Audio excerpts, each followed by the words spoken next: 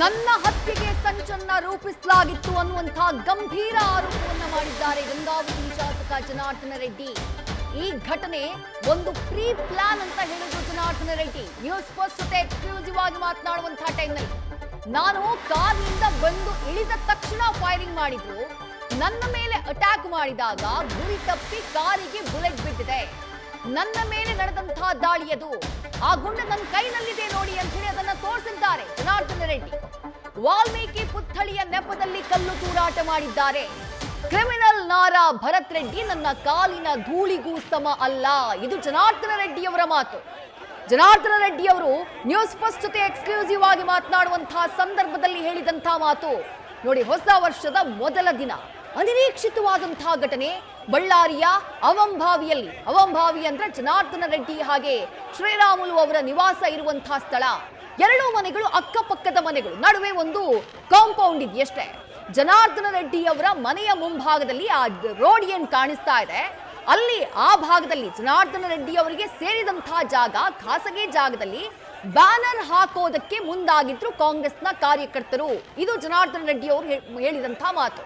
ಕಾಂಗ್ರೆಸ್ ಕಾರ್ಯಕರ್ತರು ಬಂದ್ರು, ನಮ್ಮ ಮನೆಯ ಗೇಟ್ ಮುಂಭಾಗದಲ್ಲಿ ಚೇರ್ ಹಾಕೊಂಡು ಕೂತಿದ್ರು, ಡ್ರಗ್ಸ್ ಸೇವನೆ ಮಾಡ್ಕೊಂಡು ಬಂದಿದ್ರು.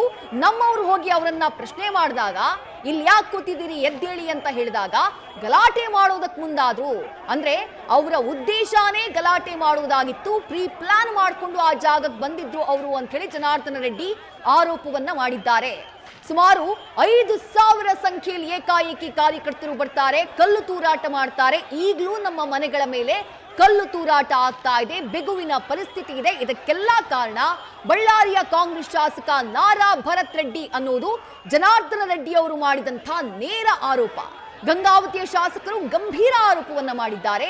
ಈ ಗಲಾಟೆ ನನ್ನ ಹತ್ಯೆಗೆ ಸಂಚನ್ನ ಮಾಡಲಾಗಿದ್ದಂತಹ ಗಲಾಟೆ, ಆ ಉದ್ದೇಶದಿಂದ ಗಲಾಟೆಯನ್ನ ಮಾಡಿದ್ರು ಅಂತ ಹೇಳಿ ಜನಾರ್ದನ ರೆಡ್ಡಿ ಹೇಳಿದ್ದಾರೆ.